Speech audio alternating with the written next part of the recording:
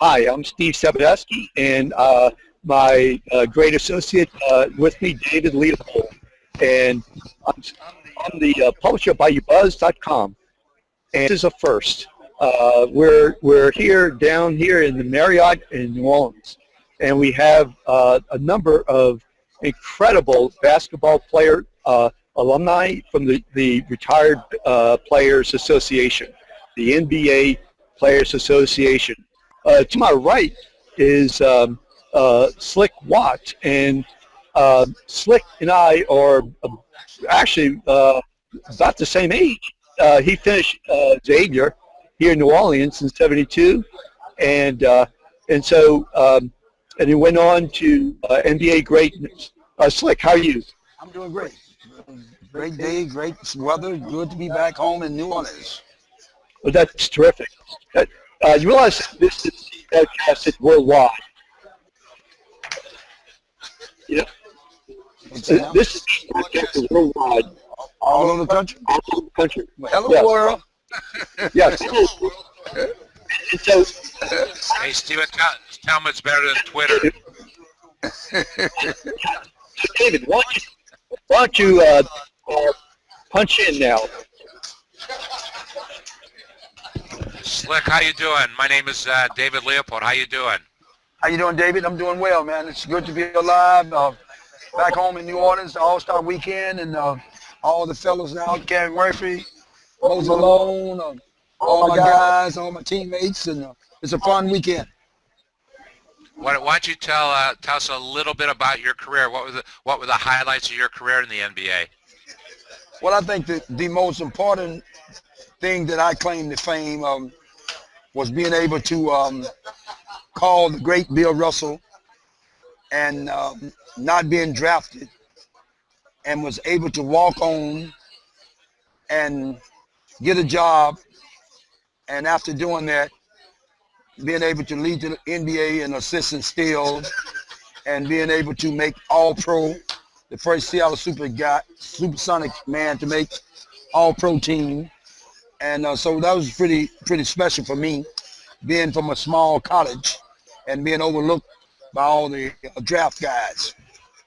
So what would and does your assist record, does it still stand? Well, it's always got to stand because I was the first to ever do it. I was the first man in the history of the game to lead the league in both categories.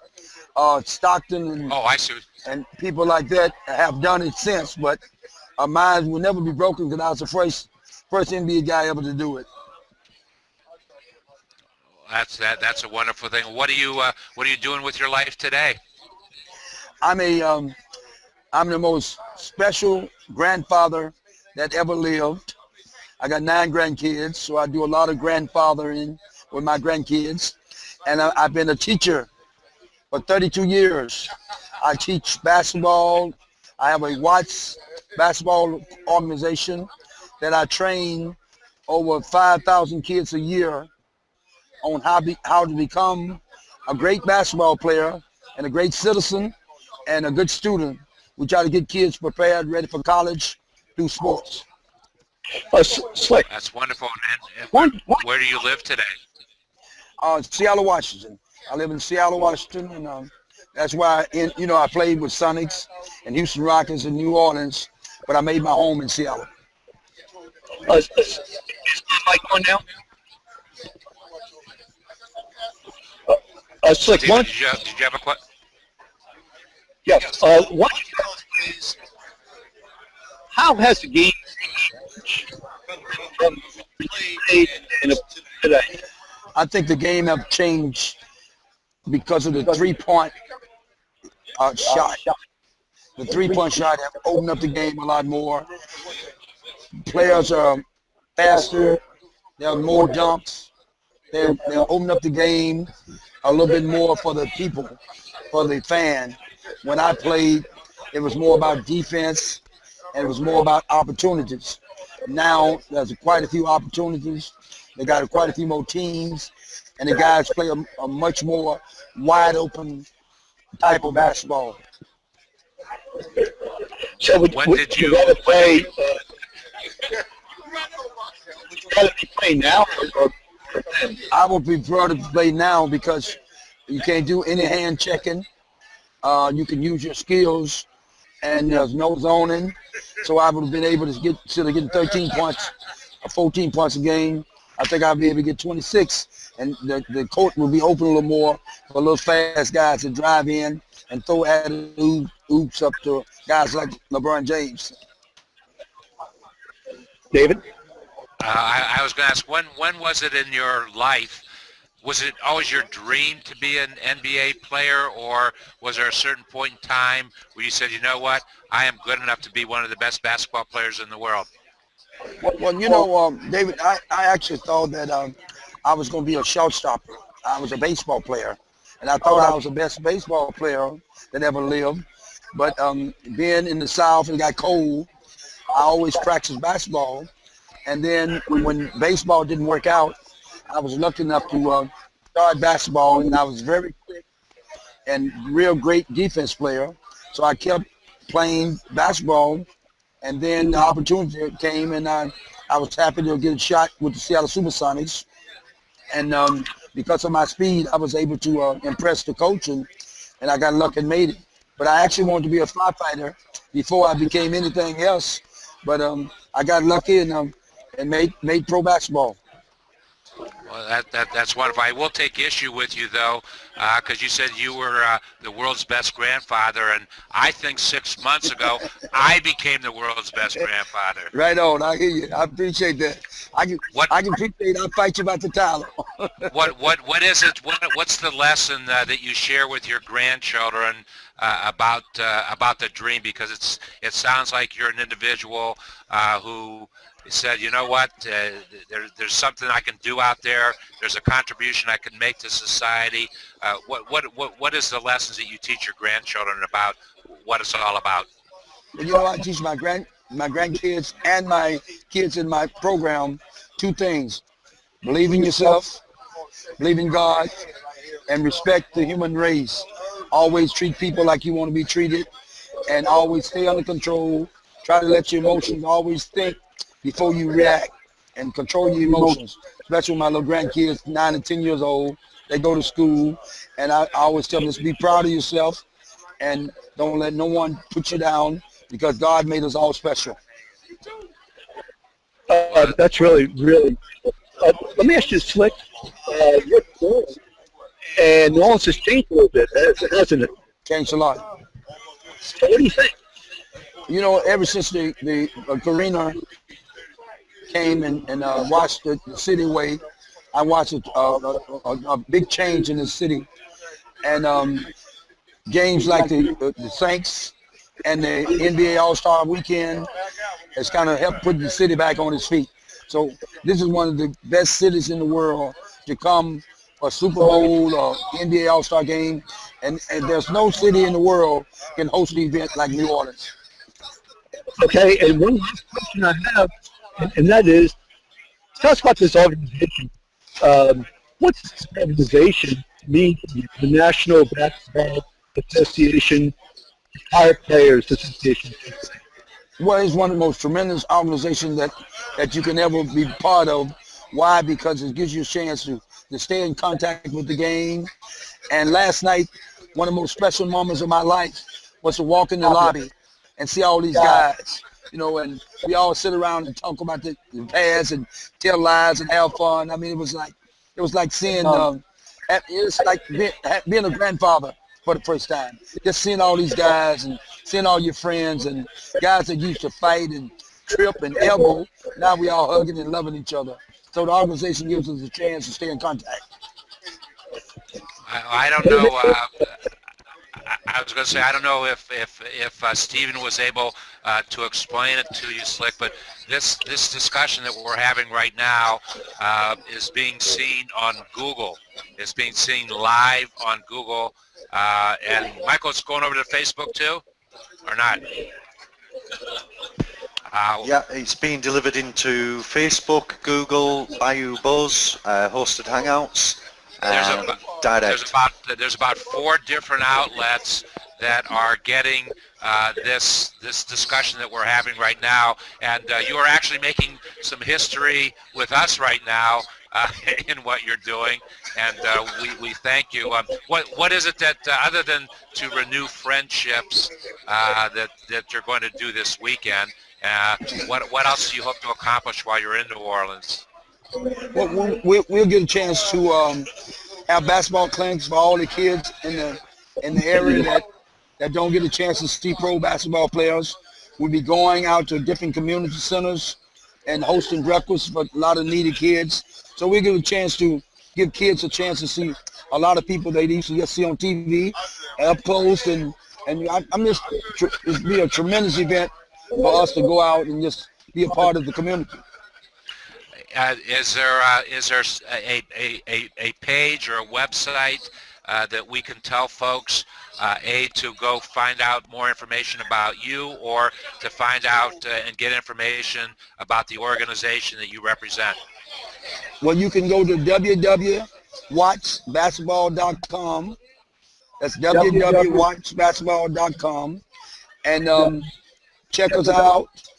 And you can also just go to Watch Basketball, Google Watch Basketball, and we come up big time. Okay, that's it. Listen, we really thank you so very much. It's my pleasure. My pleasure. Yeah, thank you. I look forward to it. Thank you very much. Thanks, Dave. Okay, we have a what? How you doing? Good, Calvin Murphy. Calvin Murphy. I tell you what, that name from Niagara. What an incredible basketball player Calvin Murphy is. Calvin, what we're doing here is, this is a first. We are actually broadcasting worldwide. And we're broadcasting worldwide. Yeah, I'm sorry. Here, you need to put this on.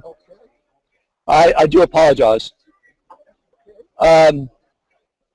We are broadcast worldwide and over the internet, over my website, bayoubuzz.com. And we also are broadcasting over Google, over Facebook. My associate here, David Leopold, he's the gentleman with the glasses, and so he's going to ask you some questions. Say 2 questions. So I'm going to ask you 2 questions. David, go ahead. Well, I want to see who I'm talking to. There we go. Rumor has it, Calvin Murphy, that you were a pretty good dribbler in your day. Is there any truth to that rumor? Well, I tried. Let's say I was able to play a little bit. Wow, when I say that, of course I'm being sarcastic, because if memory serves me correct, you have been recognized as one of the best dribblers of a basketball of all times. And what an honor it is for me to be talking to one of the greatest dribblers of basketball at all time. Thank you. Well, thank you. No, it's my pleasure. Thank you very much. Yes, indeed. And what is it? I like to ask folks, and Calvin, I do another broadcast separate from this, and I call it Dreaming with Entrepreneurs. And the first question that I like to ask folks, I'm going to kind of get it down to what you've done in your life. When was it in your life? Was it always your dream to be an NBA professional basketball player, or was it something that at some point in time, after you started playing, you said, you know what, I'm good enough to play in the NBA? What was it in your life? You know, it's interesting. My mother was a professional basketball player. No way. She came out of she came out of North Carolina. I'll tell you who played the other guard with her was a young lady named Althea Gibson, who went on to tennis fame, the first black to win Wimbledon. And my mother played for 7 years together. So my mother actually started me playing. But my only dream was to play for the school up on the hill. That was Norwalk High School. And now Norwalk High School is on 23 Calvin Murphy Drive. So, you know, I'm very pleased with that. But as I went along, I go to the next stage, of course, college, and I get to be a college All-American. Then I said, you know what, I maybe have enough talent to get into the pros. So now I want that. Coming out of college, I could have played for the Globetrotters. I could have played for the Harlem Magicians. I could have played in the ABA. I could have gone to Europe. But once I got the idea that I can play professional basketball, the ultimate dream, of course, was the NBA. So I got drafted. I went in the second round, the first and the second round. And I said, well, now I got to show these people that they missed me. They missed out on the fact I should have been a first rounder. The Lord blessed me. I worked hard. And from that point on, I got into the Basketball Hall of Fame, and the rest is history. I got to tell you, David, I remember when Kevin was sitting in Niagara, and I was actually, because I was sports back then, and I mean, would look at your statistics, and I mean, I'm serious. Down here in New Orleans, I was down here in New Orleans. My wife's name is Althea, so yes, Okay. yes, absolutely. So why don't you tell us, if you would, first of all, what would you say was your greatest thrill on the court? Well, my greatest thrill, first of all, was just being in the NBA, and that's not just a patented answer. My first game was against the Los Angeles Lakers, and there's Jerry West, Elgin Baylor, Will Chamberlain, and Gail Goodrich standing in front of me. And it was one of those situations where the game actually started, and I was so in awe. I stood there with my mouth open, watching them run up and down the floor. Alex Hanna was my coach. He called a timeout and asked me what was I doing. And I had no idea that I was standing there with my mouth open. He said, Murph, believe it or not, you're a pro player too. Let's play some basketball. but to be out there, remember now, 2 months prior, I was getting autographs. And now here I am on the floor with them. That was by far my greatest thrill, just getting into the NBA. That's really Well, I was going to ask him what about the dribbling exhibition he put on for those guys that day? How about that for being a thrill? Well, you know, it's interesting because during my years at Niagara, Frank Layton was my basketball coach, and he put together a thing we called Showtime USA, where I put on a dribbling exhibition for the student body before we started the game.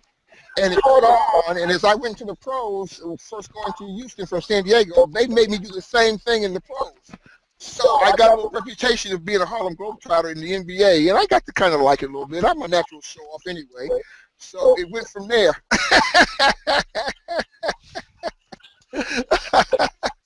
Who did you just see, Calvin Murphy? Who did you just see? A big knucklehead named Spencer Haywood. Oh my goodness! A very, very good friend of mine. I mean, you know what his history is. I mean, without him, there wouldn't have been a lot of us to get a chance early to play this game. Actually, why don't you tell us about that? He actually broke a contract barrier. Yes, he did. He was the very first to come out as a collegiate into the pros. And, you know, they fought him. He had to take it to court. And they actually tried to ban him from playing the game for, I think it was like 4 years. Well, the court upheld his rights as an athlete.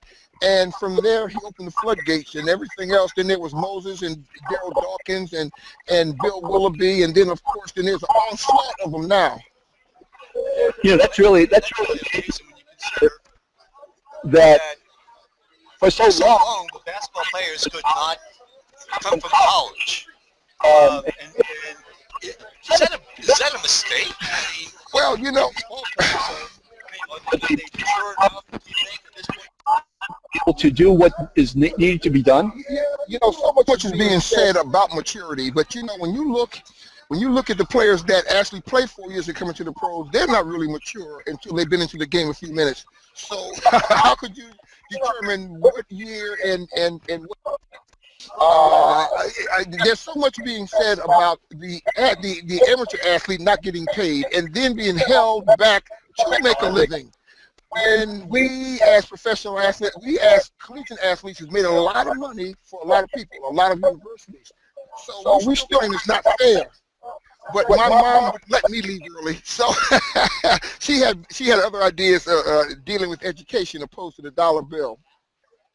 now, the organization, the NFL Retired players, Association, which is where we are right now in terms of their event here. And I'm just wondering, what does this organization mean to players like you and say Spencer and everybody else? up until the Ex-Players Association, known as the Legends, became prevalent, we were a forgotten entity, a lot of us. I was fortunate that being one of the original Rockets, they kept me aboard and up front and personal. But so many of us, 99% of us, were a forgotten entity. Then there were a lot of us that needed help, both financially, medically, and emotionally. And until the Legends came into existence, I'm talking about where they actually got things working, not just in name, but in deed. We were in trouble as a group. But now a lot of us have found our way back and feeling good about ourselves and able to get some things done. Go ahead. Oh, okay. I guess a question that I want to ask is what is a lesson? You have grandchildren, Calvin? I have 14. 14 grandchildren. You got a full team there. No, I have 14 children. Oh, 14 children. Oh my goodness. I have 9 girls and 5 boys, and thank God all but 2 are grown and gone out of my pocket. He was a great dribbler. I was saying you're a great. Great dribbler, so you have 14 kids. Very, very prolific. Absolutely. What is a lesson that you want to share and basically just a lesson of life or something about dreaming? What is it a lesson you'd like to share with the youth? Well, this is what I do. I have a youth academy in Houston.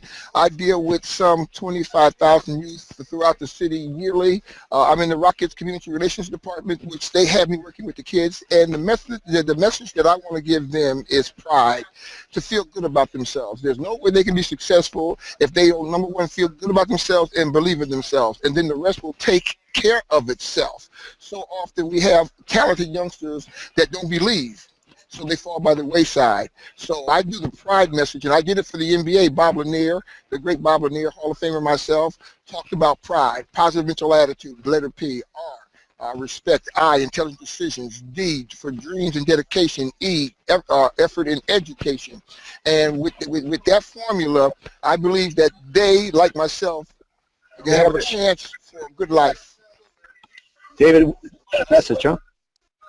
It's wonderful. I've lost track of you, Calvin Murphy, in over the years, but I'm telling you, the message that you just delivered is a wonderful, wonderful message, and we thank you for all the great things that you do in Houston, and thank you for taking your time to come to New Orleans and work with the youth down there. It's a wonderful thing you're doing. Well, without a doubt, it's my pleasure, and thanks for having me. Our pleasure. Calvin Murphy rocks. Who am I sitting next to? My name is Howard Smith. I'm from Houston, Texas. Born and raised in Birmingham, Alabama. Attended college at Morehead State University in Morehead, Kentucky. And I'm a retired coach and retired military man. And you are, where do you live these days? I live in Houston. I've been there for the last 36 years. And like I said, I'm retired basketball and retired military, or reserve. I'm in reserve 22 years there. And I played with the Globetrotters and the Kentucky Colonels. My first contract was with the Kentucky Colonels, and I ended my career with the Harlem Globetrotters. Well, I tell you what, Harlem Globetrotters. Globetrotters are also part of this organization. Absolutely, yes, yes. Yes. Globetrotters, are you funny? No. I'm a shooter. Well, Globetrotters, you have to be a little funny. What years were you with the Globetrotters? I was there. Let me get the calculator out now. That was I was there. My first year was 1967, and my last year was 1971.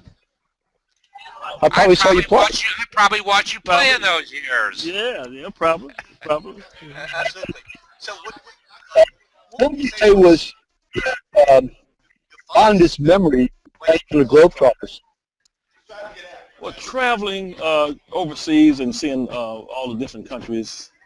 As a young man, I was only 21, 22 years old, and I was afforded the opportunity to travel with the team on the West Unit with Geese Osby, Bob Chilbert Hall, and then the summers, well, we were put together an all-star team, and I was fortunate enough to be on that with Meadowlark, Curley, and Jackie Jackson, Geese Osby again, Rob Ashton. We all came out about the same time, and traveled in Europe and Asia, and see the world as a young man. It was probably one of the most grateful experiences I've had as an athlete. Did you work with Calvin at all in Houston? Well, Calvin, yeah, I see him a lot. We're part of the. I'm the secretary of the National Basketball Retired Players Association chapter in Houston, and Calvin always invites us out to. Occasionally invites us out to golf tournaments. He's a big golfer, and a darn good golfer, and on those occasions I get a chance to see him. Better golfer or better basketball player? Hey, no one can outshoot Calvin Murphy. He's a tremendous basketball player. Tremendous. He knew how to handle that ball, didn't he? Oh goodness. Oh, Calvin Murphy. Oh man, he's legendary in Houston. Of course, that's obvious. Right? Yeah. He would have been fun to have on the Globetrotters also. Oh, just give him a screen, let him just get everybody else get out of the way. Let him put it up. I mean, it's there. You not only have incredible basketball skills, but you also have incredible entertainment skills. And I'm just wondering, how do you interface? I mean, if you're playing basketball, are y'all really trying to win, or are you trying to entertain? Oh well. don't answer that. Yeah, no, I don't want to get myself in trouble. But no, it's exhibition, and we're gonna win. There's no doubt about in our mind about that. We're gonna win. Have you ever But lost? yes, once I think in Atlanta, Georgia, someone threw up a 90-footer at the last second and beat us. Yes, only one time. I recall. And I guess they weren't supposed to do that. No. Somebody got fired the next.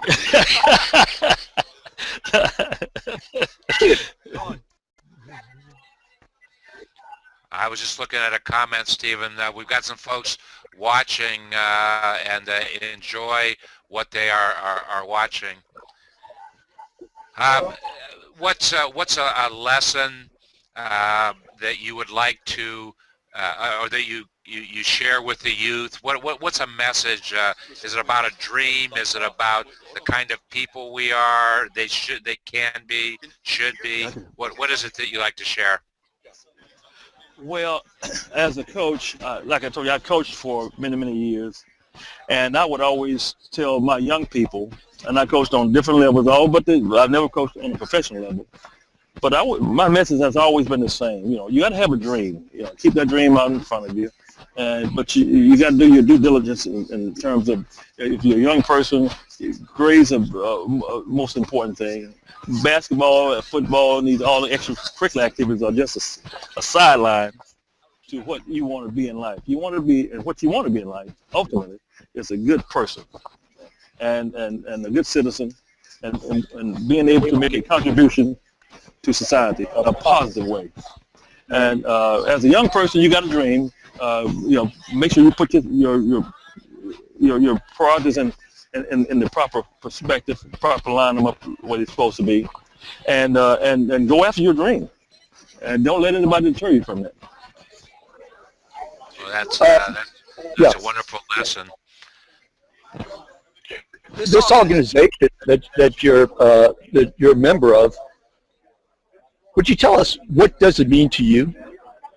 Oh, well, being a member of the National Basketball Retired Players Association, and being a member of the Houston chapter and being the secretary, I mean, it was a dream come true for me. Like every young person, I've always wanted to dream. I always had a dream of being in the NBA, and this is the closest I've been able to come to my ultimate dream, as being in a close fellowship with the organization.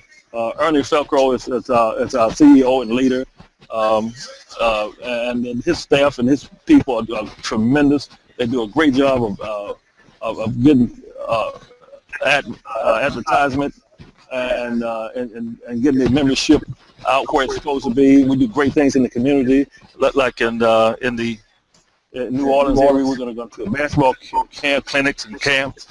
We are involved heavily with the community wherever we are, and I think that's a good thing for us.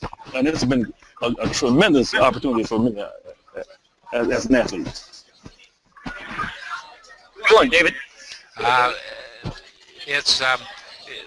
Tell me a little bit about what you do back in Houston. You run some programs for the youth.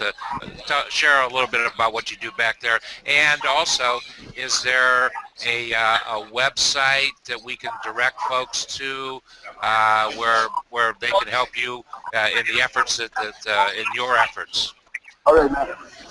Yes, we do. We are heavily involved in the community. We will, matter of fact, putting together now a basketball camp / clinic in the greater Houston area. We've done several of them in the past, and in terms of for kids, if they're interested in attending, just make it known. So you can go to the Houston chapter, retired for NBRPA, Houston chapter.com, and someone will be able to get in contact with you. Our president of the chapter is Major Jones. He played with the Houston Rockets for many years. And of course, he had several brothers who played in the NBA. And Vice President is Kevin Malota. So any one of those guys, and of course, I'm the secretary. And any one of us, if you see us around, just let us let it be known that you are interested in attending the camp or the clinic, and we'll make sure that happens for you. There's no charge for us. Are you able to engage today's basketball players when they get back into the communities, or do they get involved in the kinds of programs that you're doing, or is it basically the folks who have retired and are really sending a strong message to the youth? Yeah, it's most of the guys who are retired. The current players, at least I don't, or maybe like guys like Moses Malone, Calvin Murphy, Clyde Drexler, Evan Hayes, those are the guys in our Houston area, and they are constantly in contact and with the Rockets, guys with the Rockets, but as far as myself and some of the other members, normally we do things on the Retired Players Association. Do you guys ever get a pickup game going down there in Houston? Not well, I tell you what, I was about to say no, never, but there was a game at a local church. I think one of the churches there some time ago. Hey, babe, how you doing? Who are you waving to? Who are you talking to there? This is I'm drawing a blank. Yeah. Listen, thank you so much. Okay, thank you. Okay, my place. The place is mine. That's it. I had a long one-year career in the NBA. I spent most of my career playing in the international leagues. I was with 4 different NBA teams, drafted by the Washington Bullets, traded to the Houston Rockets, signed as a free agent with Orlando Magic, and played for the Dallas Mavericks.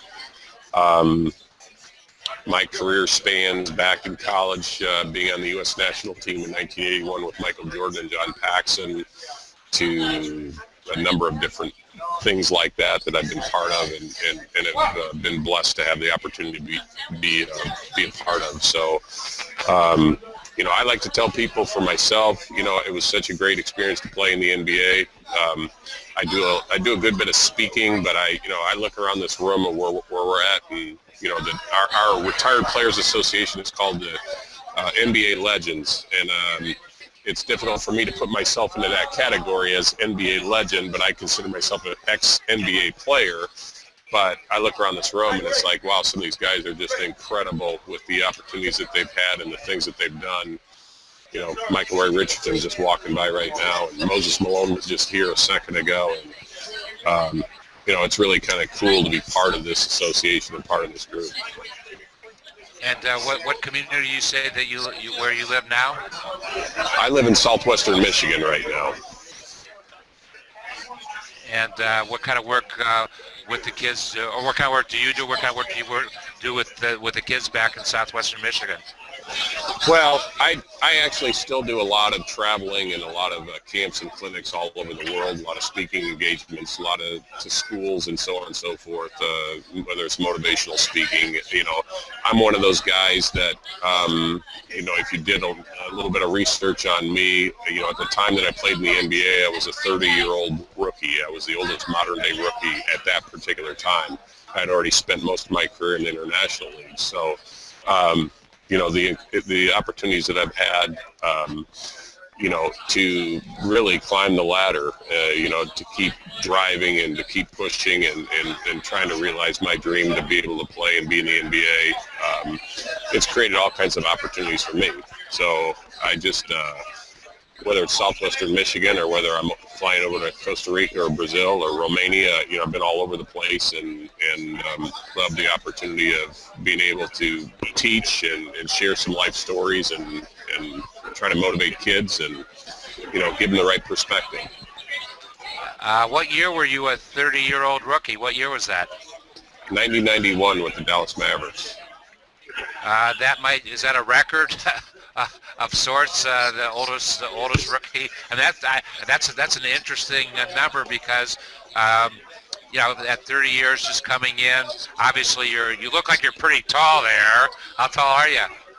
I'm 7'1", or at least I was until I started shrinking. But yeah, no, and you know, when I say oldest modern day rookie, I think that's what they actually listed me at in the media guide, was the oldest modern day rookie, because it used to be after the time of the war and that you had a lot of guys coming back and you know, later on in their age were getting into the NBA. So I didn't even know anything about it, and I didn't frankly care. I enjoyed the fact that I got a chance to play in the NBA, and the fact that it happened to me at the age of 30 was irrelevant. Now they looked at it and said this is kind of a cool thing, and it was obviously something that people had great interest in. I don't know, you know, like I said, I played for the Mavericks in 1991. I don't know who after me has played or to what level, you know, when they started, or but you know, I know at the time that's how the Mavericks promoted me. The big guys really have to take a beating, don't they? They have to work harder than anybody else on the court. Well, I tell you, you know, again, you know, I wouldn't expect. It's funny when I do speaking engagements or I do a corporate speaking engagement, and I'll say, you know, gosh, you guys are probably really excited to have a big name celebrity like me, and then I ask people to raise their hand who's ever heard my name before, and nobody's hand goes up. But so I don't expect people to necessarily know who I am. I'm glad that my kids seem to remember who I am, and some of my other extended family. But for the most part, you know, I am a 7'1", and my career was pretty much, I was kind of ahead of my time. I was a 7'1" small forward, 3'4". I played a little bit of backup, but I was. I mean, you know, I think in the NBA, and you'd have to check with the Dallas Mavericks statistics, but some of it had to do with attempts. But you know, I didn't get a ton of time, but I think I took something like 53 pointers, and I averaged over 50% from the 3-point line. So I've been able to make a certain statistic of, you know, well, but I was an outside shooter, a scorer, a slasher. I'm not an inside player. I was a runner. You know, I am 7'1", but I'm not the size of some of these guys. Some of these guys make me feel like a French fry, and still make me feel like a French fry. David, you know, we have Leroux Martin, who's going to be our next guest. Before you leave, would you stand? Because I want to see how Tall I am, and Steven, I've never seen you stand up. I don't know how tall you are. well, there you are. Can you see the? And I'm 6 foot. So, listen, I ain't about to go play basketball against you. Thank you. Thank you so much. Yeah. Okay, thank you. Thank you for your time. Thank We you. appreciate it. Back in 1972, I was chosen to be the #1 draft choice. It really didn't hit me until after the fact. My career was up and down. Didn't get much playing time. They used to call me the worst draft choice in the nation, but I moved on in life. Got my degree, and I went to work for UPS years ago as a driver. You have to start from the bottom and build your way on up. And at UPS, we're very tough about what we do things when it comes down to promotion. We promote from within. Went into a driving position for a while. After that, I was an APR, area personnel representative. Got transferred to Chicago to be the old employment manager. I was in operations as a training manager. After that, I was the HR office manager for human resources. That worked out very well. And my last number of years now, I've been the public affairs and community services manager. That's really terrific. So, how many years were you in the? I've only played 4 years, from 1972 to 76. Had the opportunity to go to Europe, but I decided to go ahead and get my career together and make a change. And it's worked out very, very well for me. And UPS is absolutely terrific company. Yes, it is, very much so. We have a lot of training schools to go to. They take interest in people that they hire. They didn't hire me because of I play professional basketball. They don't care about that. They care about the substance of what you bring to the table. In a sense, if you can sell yourself, of course, when a company hires you, this is an investment. And it worked out very, very well. I have a staff of about 18 people that report to me, and I take care of every congressman in the state of Illinois. We have a good relationship with every congressman. And 2 senators I take care of myself. And then I have all the charitable contributions and region grants for the company, for the state of Illinois. So it's been very rewarding for myself. Okay, now #1 in the entire draft? The #1 in the nation back in 1972, that's correct. Now, back then, who else was drafted that year? You have Lloyd Neal, Dwight Davis. So I'm dating myself. That's over 40 years ago. But it was a good thing. It was good. You and I must be pretty close in age. Well, I'll be 64 next month, as a matter of fact. And I'll be 65 in 2 months. But when you start mentioning 1972 and 76, we had to be pretty close in age. Mm-hmm. So that's correct. God has made a way for us. We all still have our health, and we're all doing well. We can't complain about that. And you've See, spent people have to. Oh, go ahead. I'm sorry. Go ahead. No, we all have a niche for something in the world. Maybe my professional career wasn't up to par. I didn't get that much playing time, but I moved on in life, and UPS has been a great, great company to me. And I was going to say, you work for a fantastic company. I know a lot about it. I have a sister-in-law that's probably been at UPS about the same amount of years that you have in Ohio. And it's a great company, a very, very innovative company. Yes, it is. When it comes down to logistics, we're #1. We're the largest transportation company in the world, and I'm very proud to be associated with that company. What's a lesson that you like to share with the youth that you work with? I'm assuming you do work with youth in Chicago. Yes, I do. I have the opportunity from the company to go out and speak to a number of different high school students and college students on maintaining or getting their degree. We're all not made for college. Don't get me wrong. But if you have the right aptitude and you have a great outlook on if you want to do something in life, I try to tell the young men today, get your degree. You can go a long way. Sports is secondary, and sports is a short-lived type situation. Of course, they're making the big bucks today. We didn't make that kind of money years ago, but if you're not made for college, there's a number of trade schools to get into. There's all kinds of different things.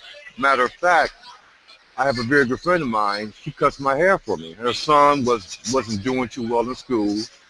He decided to go to the Navy. He's been in 5 countries so far within the last, say, 3 or 4 years. He's now learning how to be an airplane mechanic. That's a beautiful thing. He came back home saying, "Hello, Mr. Martin." His pants is pulled up, haircut straight. I mean, my God, it was so nice to see that. And I was saying, there's a lot of opportunities out here, like I was saying, but college is not made for everyone. If there's a niche out there for you to do something, go for it. Do your best at it. I was. I know. What did you actually study at Loyola? I majored in sociology and I have a minor in education. And you moved on, and then you got involved. You got involved with. Well, I'm trying to see here. You played basketball first, then went to UPS. Is that how that went? No, I played professional ball, then I retired, and I went to work for Nike for a couple of years. I started their first factory outlet store for Nike back in Portland, Oregon. Really? Yeah, I really made my home out there. I love Portland, Oregon. That's where my kids was raised. And Portland was a very good city to me. The fans I still appreciate for the efforts and what I've done for the city. I kept my nose clean. Never gave any negative feedback about me not playing, being the #1 draft choice. People never booed me, and it's a close-knit group out there in Portland. Very diverse, and I really love that area, very much so. When you went to Loyola, in those years, wasn't Loyola ranked very high in the country? No, it wasn't that high then. Don't forget they won the championship in 1963. 63, okay. Yeah, I got there in 1968. That's correct. And we had some good years and some good schools that we played against, and I did pretty well for myself. I still hold a couple of rebounding records there, some block shots and this and that. As a matter of fact, they did a nice thing for me about 5 years ago. They built a new training facility, and they put me on the big wall. They had my big picture on the wall. That was a very nice honor. I don't expect nothing from anyone. I'm just a real low-key guy, and I like giving back to the community. But when they did that, it kind of brought some tears in my eyes, Yeah, and they didn't have to do that for me. And you have grandchildren? Yes, I have 5. And what are the last? Two 7-year-old. I was going to ask what are the lessons that you try to teach your grandchildren? Well, the 2 7-year-old granddaughters is a different story. I let their mother take care of that. When you got the girls, there's something else. But my grandson, I just keep emphasizing on him to get some decent grades in school. Look out for the peer pressure. Be your own leader. Don't be a follower. Well, I have to say, of the folks that we've talked to today, I do remember watching LaRue Martin play some basketball. So it's a real honor for me to be sharing with you all these years later.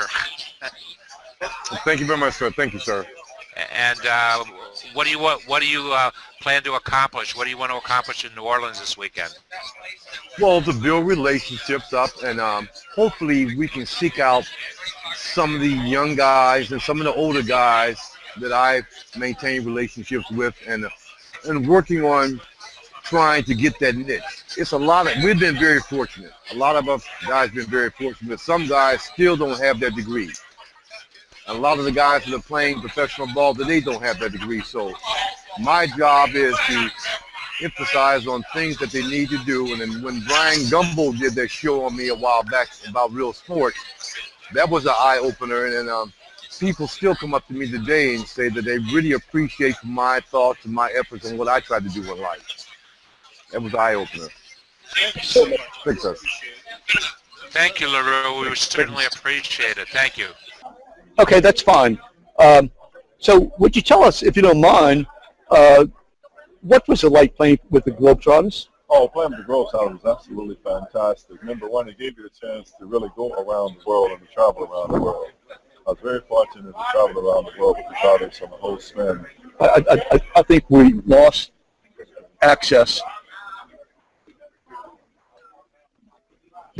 Hi there.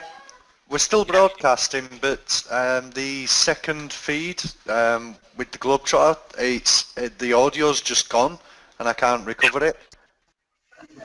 Okay. If we can get that camera back into the Hangout, that shouldn't be a problem. 1 second, please.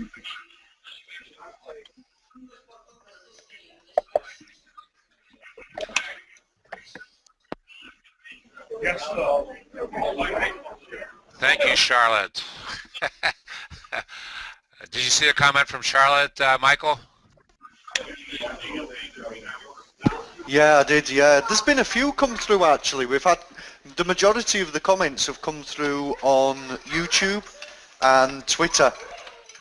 Well, actually, I did an HOA with Charlotte less than an hour before we picked up on this HOA. We had fun today, and we actually created a publishing idea that we're going to bring into our Dreaming with Entrepreneurs community.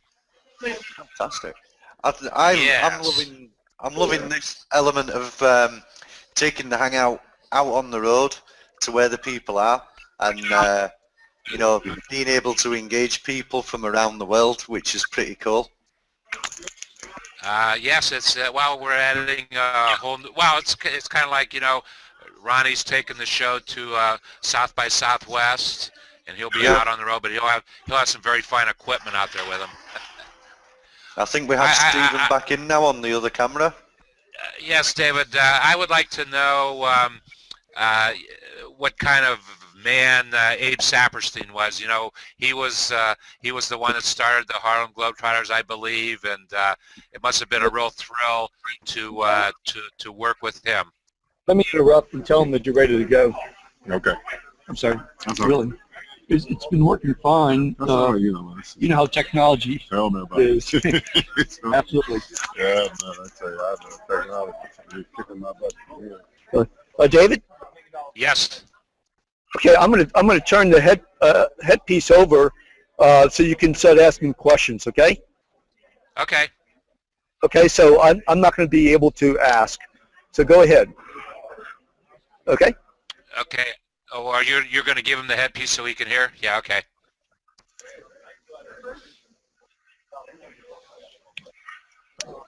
Okay, David. I have to say I'm going to ask you to repeat what you had said in the beginning because we lost some of your audio feed. So if you could talk a little bit about what you had mentioned, that you've got another career that's totally unrelated to basketball going. Yeah, my other career, I work for the National Library of Medicine, which is part of the National Institutes of Health.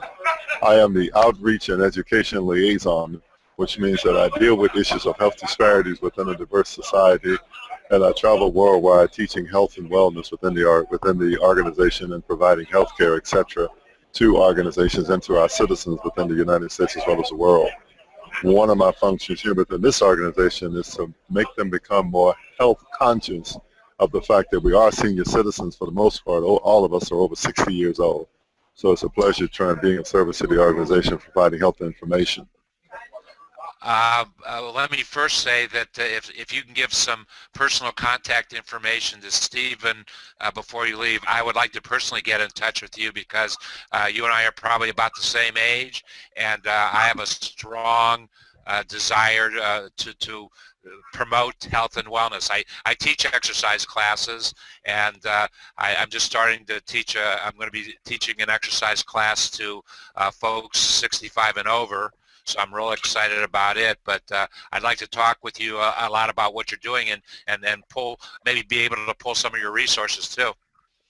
That's no problem. I'll give them the information. We have a senior citizen website, which is fantastic. I think you'll really like it. So I'll provide the information with Stephen. Okay, and I'd ask the question if you talk a little bit about your career with the Harlem Globetrotters and what kind of man it was. How was it to work for Abe Saperstein? Well, the Harlem Globetrotters career gave me an opportunity to travel around the world. Abe Stafford's team was kind of like well, he was a pioneer in his field in promoting basketball skills and talent. As you know, basketball was really a segregated sport. But remember when the Harlem Globetrotters started, they started playing on what we call the Chitlin circuit. And then for that, they became real famous for the tricks and the plays that they began to know. If you will remember back in the day when the Globetrotters was really starting out, the NBA was kind of like the second team, whereas the Globetrotters was the first team because everybody always come to see the Trotters with the basketball tricks, etc. So it's really grown into a fantastic organization. I think the first time I saw the whole Harlem Globetrotters play, I was probably about 10 or 11 years old. Yeah, that seemed to be the standard age for a lot of kids. They always remember the Trotters. Well, it was a thrilling. Well, we saw. I was actually explaining to Stephen, who is actually producing from behind the scenes. He's producing the show. He's from the UK and lives in Spain, and so didn't have a lot of familiarity with the Harlem Globetrotters. But I said it was the Harlem Globetrotters. They had obviously the basketball skills that were needed to play in the NBA. They didn't play in the NBA for whatever the reason might have been, but you took the game of basketball out. It was an entertaining evening. You showed the fun of the sport. You were great athletes who showed the fun of the sport, and obviously very, very skilled in your basketball talents. Well, we were very skilled because if you look at it, the NBA was always known inside the USA. But as you go around the world, what we discovered, Australia, New Zealand, Hawaii, Finland, England, Germany, South America, wherever you went, the Globetrotters was always known on a worldwide basis for their skill and ability to communicate with people and to carry the message of love. And be it for whatever reason during the NBA earlier days, before when there was segregation, etc. But now that era is gone. The Trotters are still out there. You go overseas right now, guys in our generation, they always remember the Trotters from being somewhere. I'm assuming you played college basketball. Well, I played basketball at the University of Kansas. I was at the University of Kansas from 1967 to about 1969. I was here. And then I played for the Bulls. I was drafted by the Bulls, but I was waived through the team, and after that I moved on to the Globetrotters. And I felt that was the most positive move in my life because it gave me an opportunity to really be exposed. You and I are contemporaries. I probably am a year or two older, but I'm trying to remember. I probably did see you play.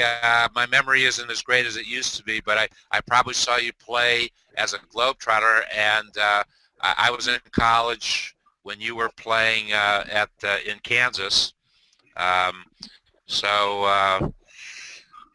Actually, you said you played in Kansas in 1967? Yeah, I was there from 67 to about 69. Yeah, Ted Owens was the coach there. And I was at the University of Cincinnati in those days. I don't know. Well, Kansas has always been a national powerhouse of basketball. Oh yeah, we were very fortunate to be. That was during the glory days when the NIT was bigger than the NCAA. You remember, you go to the NIT in New York and you stay there for like 10 days of playing. And I remember so well, we lost by 1 point to Dayton in the 1968 NIT championship.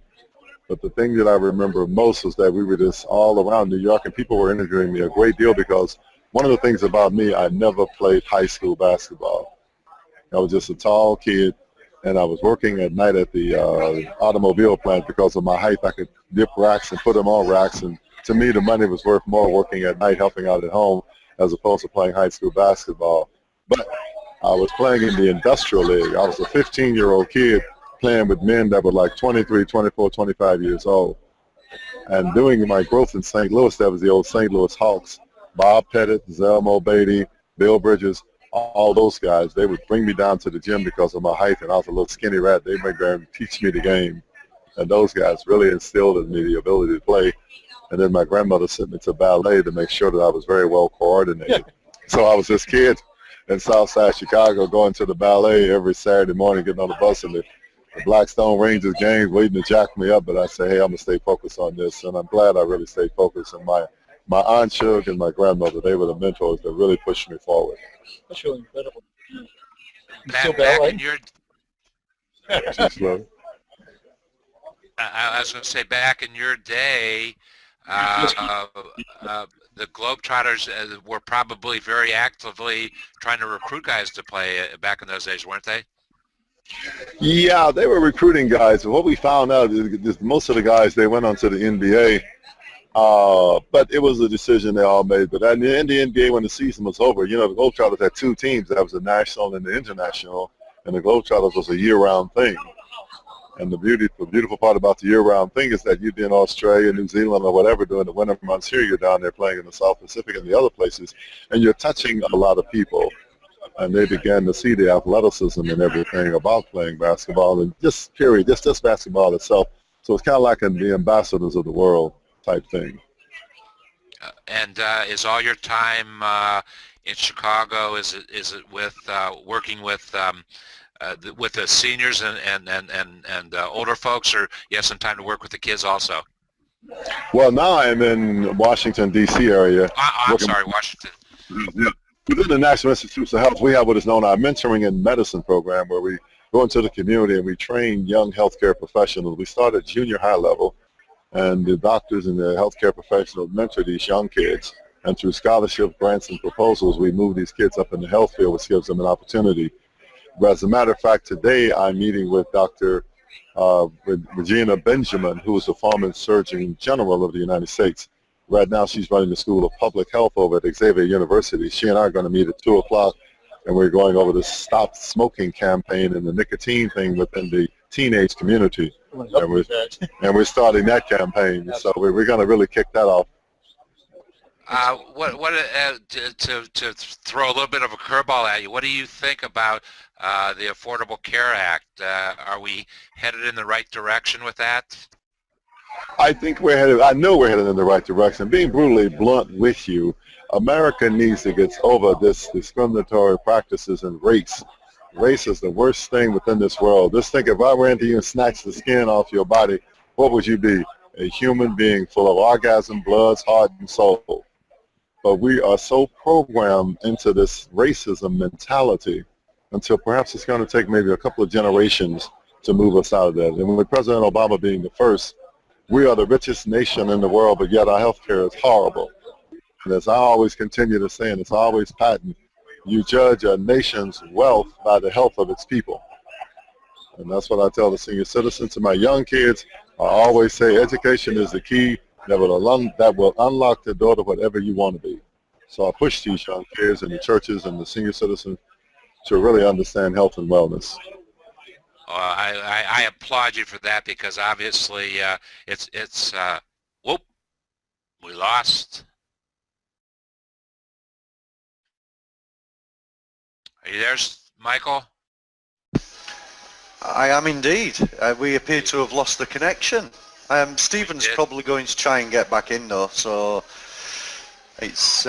I'm actually surprised we held the connection for over an hour because of the connectivity down there. But I think we could have easily gone for 2 or 3 hours with all those stars there. Well, it was you know, and we're wireless over there too, so we had some pretty good luck with that. Definitely, yeah. Just trying to. Oh, I've got so many things going on here with screen sharing going on and what have you. There we go. I'm back on camera now.